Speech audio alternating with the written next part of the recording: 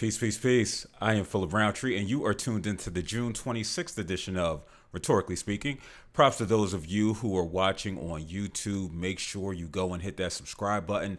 I'm not sure where it's located. It might be up here, it might be down there, it might be to the right. I'm not sure. But just make sure you hit that subscribe button. Also, leave a comment. I love to hear from the people. Listen, I could take I'm about to lie and say I could take critique. I could take critique. I can't take criticism. And even the critique that I receive, I'm always mindful of because I'm a Scorpio, so I got to take a minute. So if you put the comment up there, I'm going to look at it about 73 times. And then what I'm going to do is I'm going to go sit with it. I'm going to beat myself up a little bit. And then I'm going to come back and I'm like, you know what? Let me chew the meat and spit out the bone.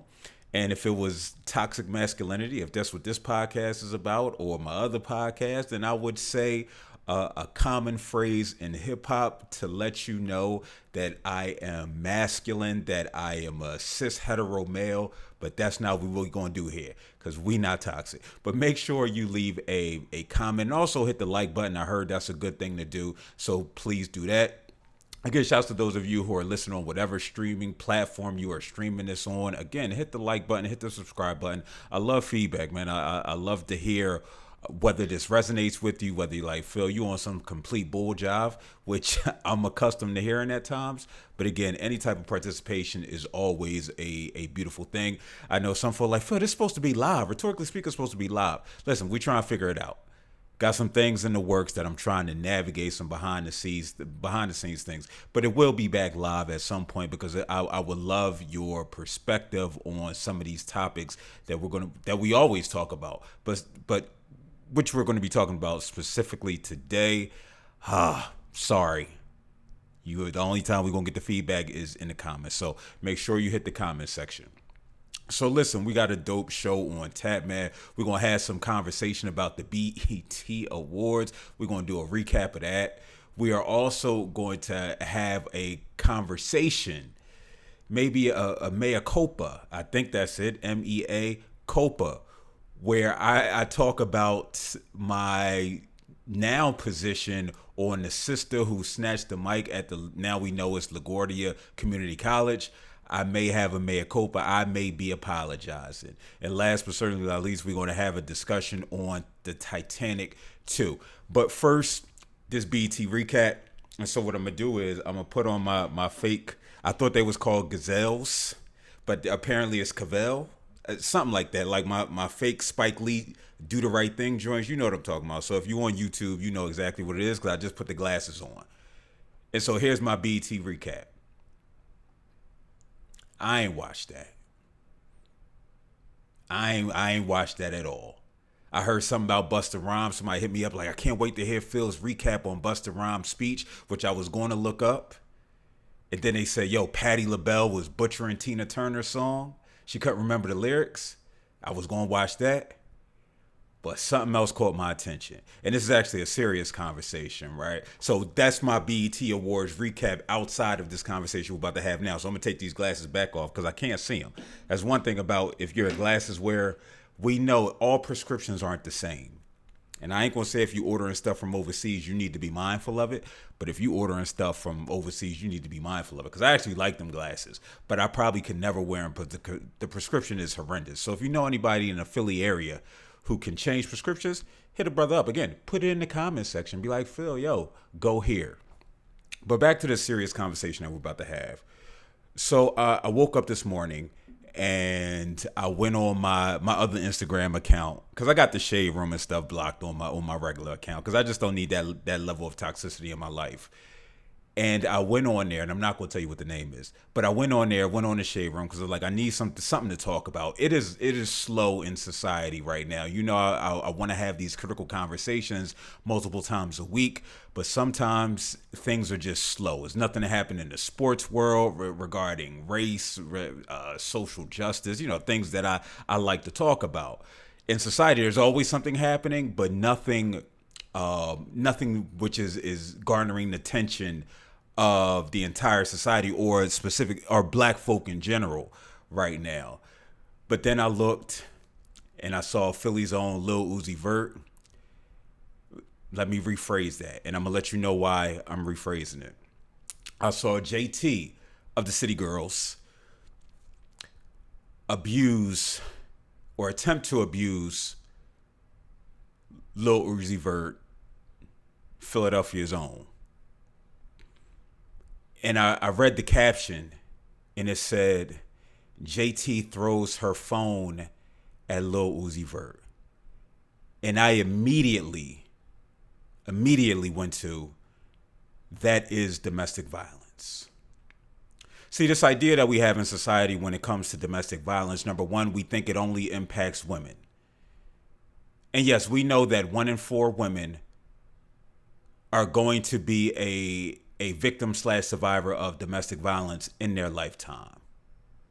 That's a fact. We know that they're disproportionately represented when we talk about physical and emotional harm and abuse specifically, sexual assaults specifically. However, men are also represented.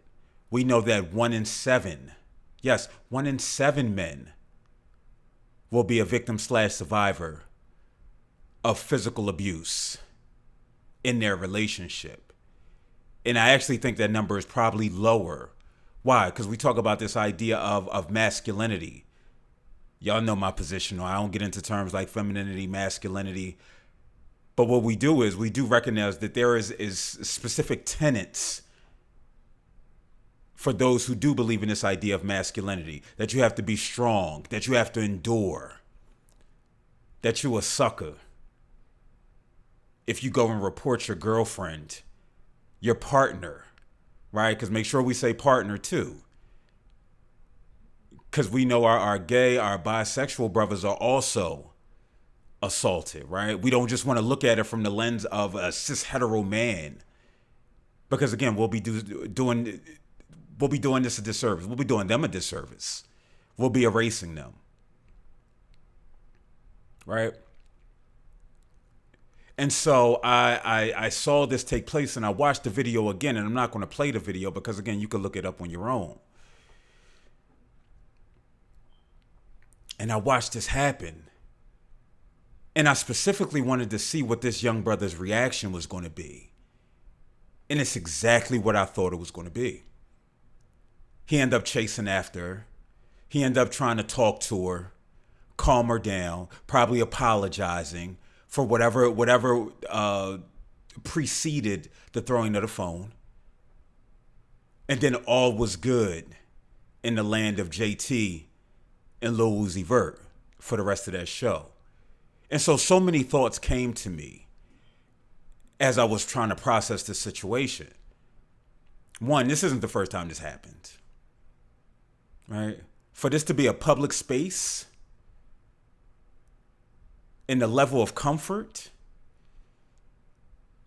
in the aggression that was expressed, this wasn't the first time. And again, I'm not in the shade room to watch and look at and see all the instances because I know they chronicle it. I know they've had some relationship quarrels at times that was publicized.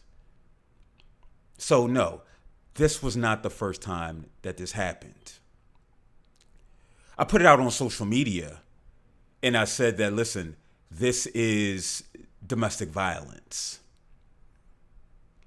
And a response that was on one of the posts was, he was allegedly speaking to Ice Spice, and flirting or something related to that situation. And that was the initial response. And so again, when we talk about this idea of harm, when we talk about things being problematic, when we automatically go to a potential justification of why this took place, it doesn't matter. Unless we're talking about there was some type of physical harm that was being perpetrated by him. Somebody's person was being threatened. Then yes, physical violence may be warranted. But we talking about somebody flirting. We talking about somebody smudged somebody's Puma. And this is what warrants throwing a phone at somebody? Again, this couldn't be the first time. But I didn't want to castigate the sister who commented on my post. Why? Because that was the takeaway for me for a long time. Well, what happened? Doesn't matter what happened. We could get to that. First, let's focus on this. Let's focus on the violence. And so often when we talk about, well, what happened, right? We lose focus. We lose focus on who's the victim / survivor. More importantly, we lose sight of who's the perpetrator. Because instinctively we automatically go to this societal need to either approve of the behavior or reprimand. When yes, I'm sure yes, for there is some legitimacy as to why we want to know what happened, but not before we address the behavior, not before we address the perpetrator. So when I saw that take place, I was taken aback. The second thing, I thought about the harm, just the harm of the people who are watching, who are seeing this. This can be triggering for somebody. Yes, something as simple as a phone. I was in conversation with another sister, and I said, yeah, it was domestically violent. And it was abusive. And her response is, well, is it abusive? I mean, we don't know if this is a pattern of her acting violent. And I took those words and I gave them back to her. This one incident of her acting violent. And it was an awakening for this person. It's just like, wait, that's all it takes is one. That's all it takes is one when we talk about this idea of physical violence. When we talk about emotional abuse, all it takes is one curse word to cause harm. And so when we start to think about the people who have to navigate this type of harm, they're in this space. Granted, I don't know how safe a space the BET Awards anyway, because it brings all of societal's ills into this one arena for us to laud and celebrate, but that's a conversation for another day. So I thought about the people who had to be privy to this on the night that they're honoring Tina Turner. Again, the irony, who was frequently abused by Ike. Again, let's rephrase that. Ike Turner was a domestic abuser. And you may be wondering why I keep switching it around, because that matters. That matters. I was watching a TEDx talk by, his last name is Katz. And the topic was why men can stop sexual assault, sexual abuse. And he went into this list of how as a society we get it wrong. We talk about how Mary was abused by John. Right? Automatically takes the onus off of John and puts it on Mary. It puts the emphasis on Mary. Until it gets to the point was Mary was abused. And we forget who the perpetrator was. Because why? We're so hyper-focused on Mary, on the victim / survivor, that we lose sight of the perpetrator. And so that's why I keep going back to change my words. Because again, that's critical when we're trying to have these conversations and we want them to be meaningful. With that being said, I did a search because I wanted to find out after it was just like, yo, this is problematic behavior. This is dangerous. This is unhealthy. Then it was just like, okay, now what was it? What took place? Now that he's safe. Because again, safety is paramount, not what happened, what caused it. First, is this young brother safe physically, mentally, emotionally, and spiritually? And then we can start to have the conversation about what happened. And I'm not going to necessarily get into what happened because, again, I don't care. But when I did a search, you'll see that this popped up.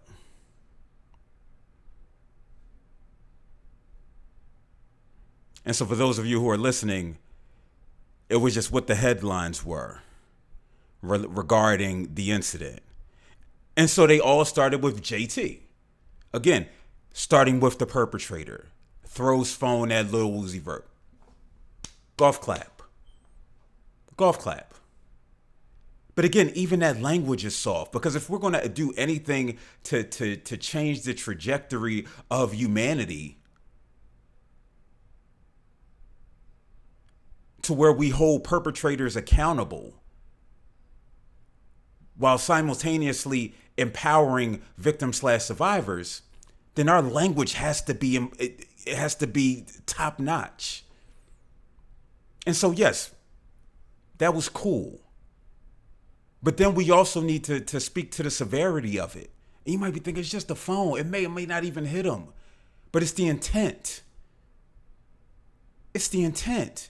If you shoot somebody and you miss, no, you didn't kill him, but it was still the intent to harm him. If you attempt to punch somebody in the face and you graze their nose, the intent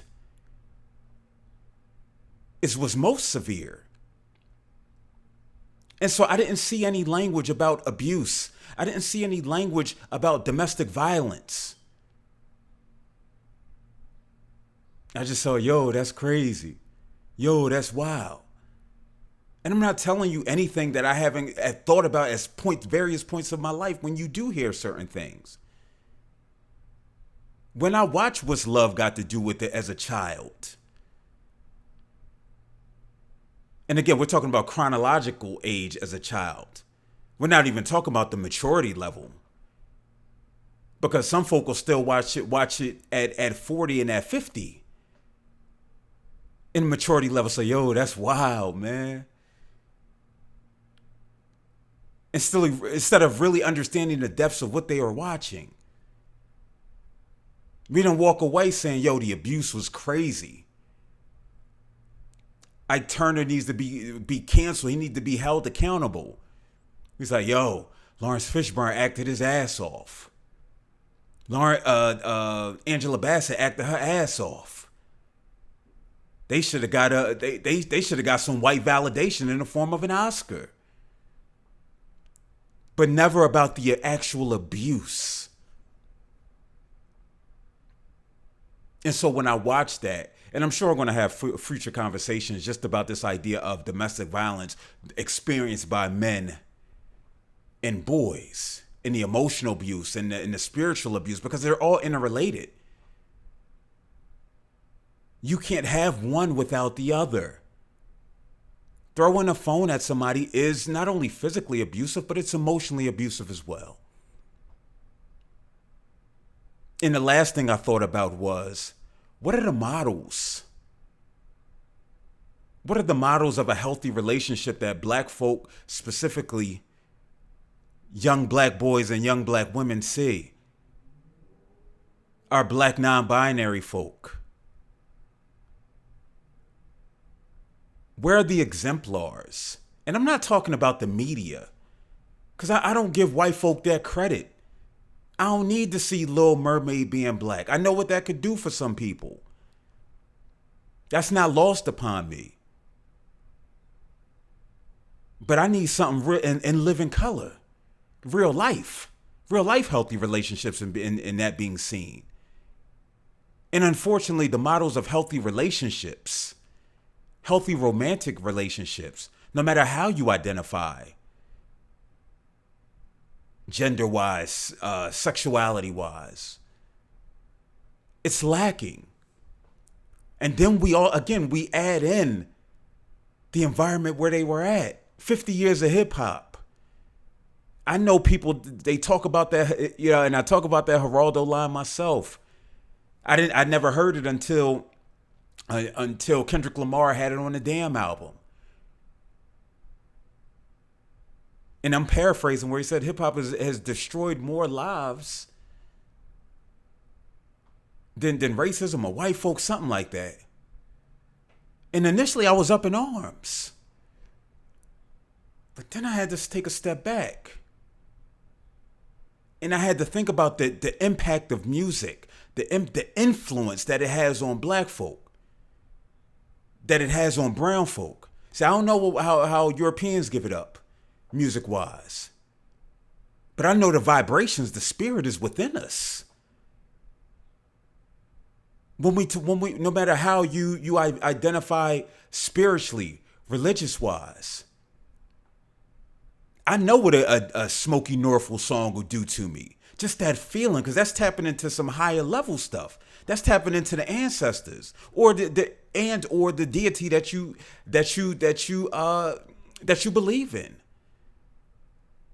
When we think about the Orishas, when I'm in the gym and I'm not selling all the drugs in the world by the music that I'm listening to, because again, music influences you. So when I'm selling all the drugs in the world, listening to Jeezy, I'm amped, I'm hyped.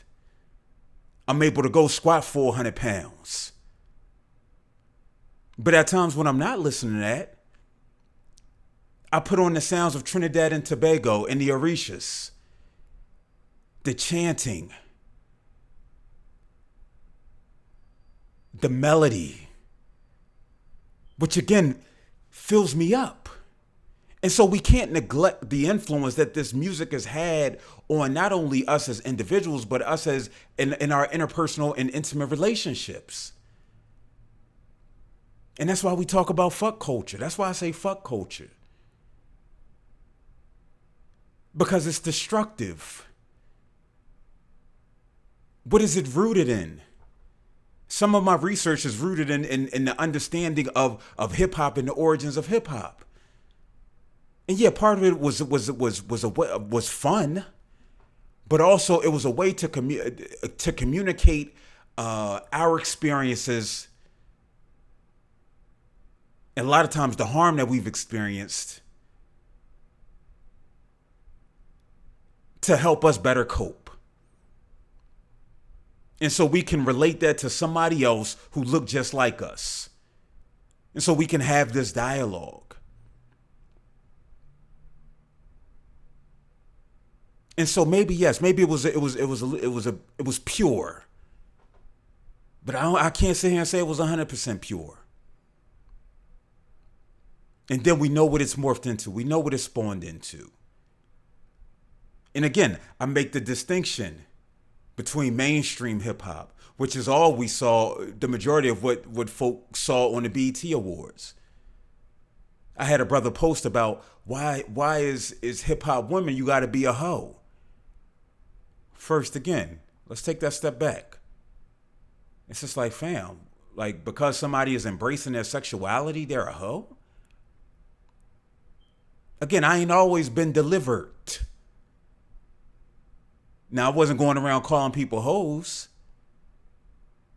but I knew it was a sister who, you know what, if she had a certain amount of sexual partners, again, like as if that really matters, that's more ego, that's more pride, that's more unhealthy, toxic masculinity than anything else. But I knew it was just like, nah. And it's before they came up with the term she for the streets. Again, think about the stuff that's in our lexicon, in our language that we use to describe folk, to describe our women.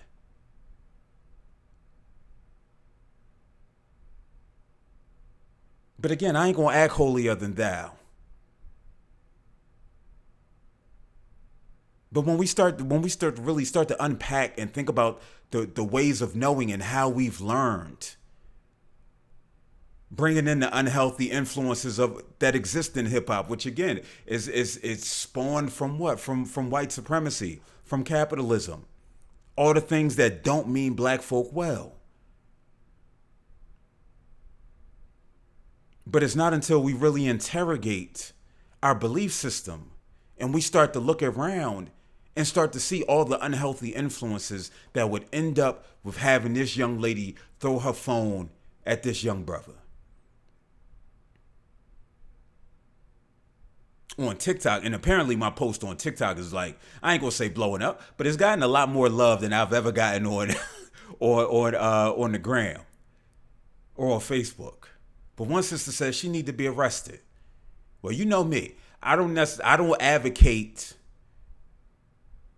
for the man to be pulling up. Despite watching Law and Order, I don't advocate for the man pulling up because I don't believe in that system. I know I cringed when I watched Who's the Man with Ed Lover and Dr. Dre. It's like, yo, you the man? But what does accountability look like? Does accountability look like Lil Uzi Vert leaving a relationship? Does accountability look like Lil Uzi Vert saying, all right, listen, babe, that was, I'm concerned. Maybe we should go to couples therapy. Maybe you should go to individual therapy. Maybe I should go to individual therapy so we can process this because we do love one another. Maybe that's what accountability looks like. I'm not going to jump to say press charges. But the reality is that's not how it happens. I can't speak to the inner workings of a relationship. I know for me, it took me some time to finally get a healthy relationship in my mid to late 30s. One of my mentors, he said, Phil, my first healthy relationship was in my late 40s, early 50s. Because we normalize behaviors like this. And so I hope these young folk, if they not good for each other, they need to leave. They need to separate. Forget image, forget all that shit. That don't mean nothing. Because again, we're talking about quality of life. Which starts from healthy interactions, healthy respect for one another. Not throwing your phone. And so just like that, we're going to keep the party going, man. I didn't think I was going to be on a rant. And that was without no notes. Your boy went 27 minutes without no notes. Holla at me, man. I do this. I feel like Steph Curry when he take the three and he turn around. You know what I mean? Go right in. But sometimes I feel like Nick Young when he did the same thing. He took that three and he turned around, his arms up, and that joint like bobble out. But hey, go look it up. You'll know it. Yeah, I felt good about that. I don't know how y'all felt, but I felt good. We're going to keep the party going because I ain't trying to be here all day. So we talk about this like mea culpa.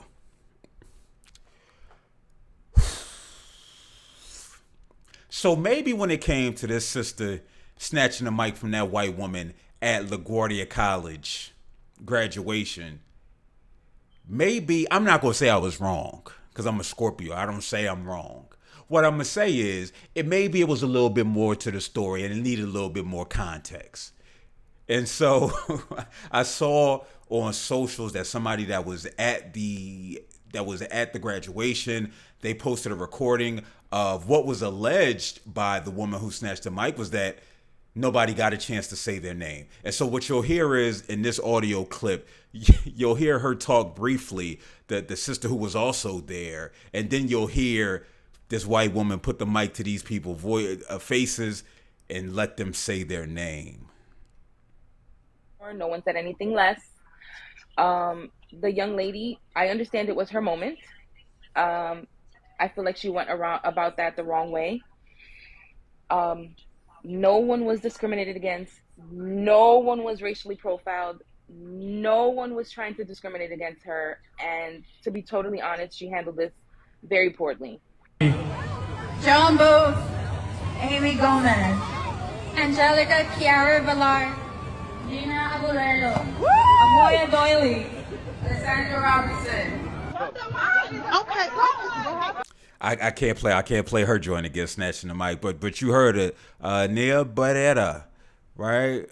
Something Mamoily.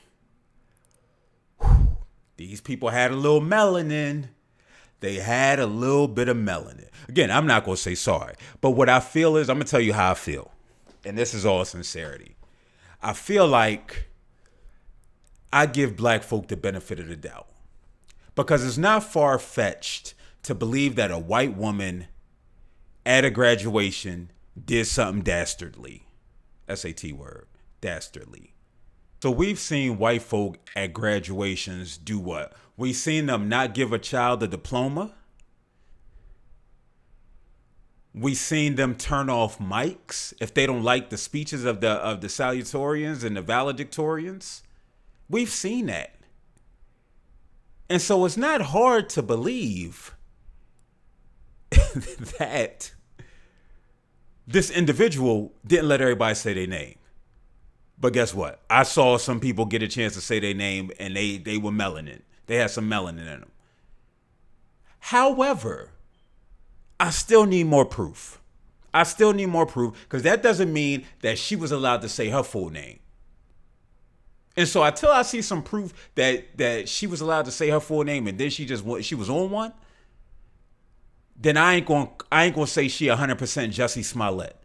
Because remember when that thing came down with Jussie and he said it was a hate crime and he was all bruised and battered, it was just like, yo, why would Jussie lie about this? And then we found out that Jussie lied about it. And then we was just like, well, free Jussie. Because I said free Jussie. And I don't like I don't like comparing things. My white folk do shit all the time and lie. And again, is it that hard to believe that a gay black man got beat up? It's not. And so no, it's not hard to believe. And what I say, what's that woman from Steve Wilkos? That's mine, and I'm gonna stick beside her. I'm gonna give her the benefit of the doubt, man. I'ma still believe. I still believe someday you and me. All right, that's all y'all get. I'ma believe. Damn, man, she lied. It's crazy. But again, it's not so far-fetched. Right? And so maybe we shouldn't, maybe the moral of the story is I shouldn't necessarily just blind believe, but maybe take serious. But she was very convincing. I'll say that. And so last but not least, we are going to talk about the Titanic 2, the submarine that is no more. All I have is a rest in peace to the folk on there, sending love and light to the loved ones of those who died.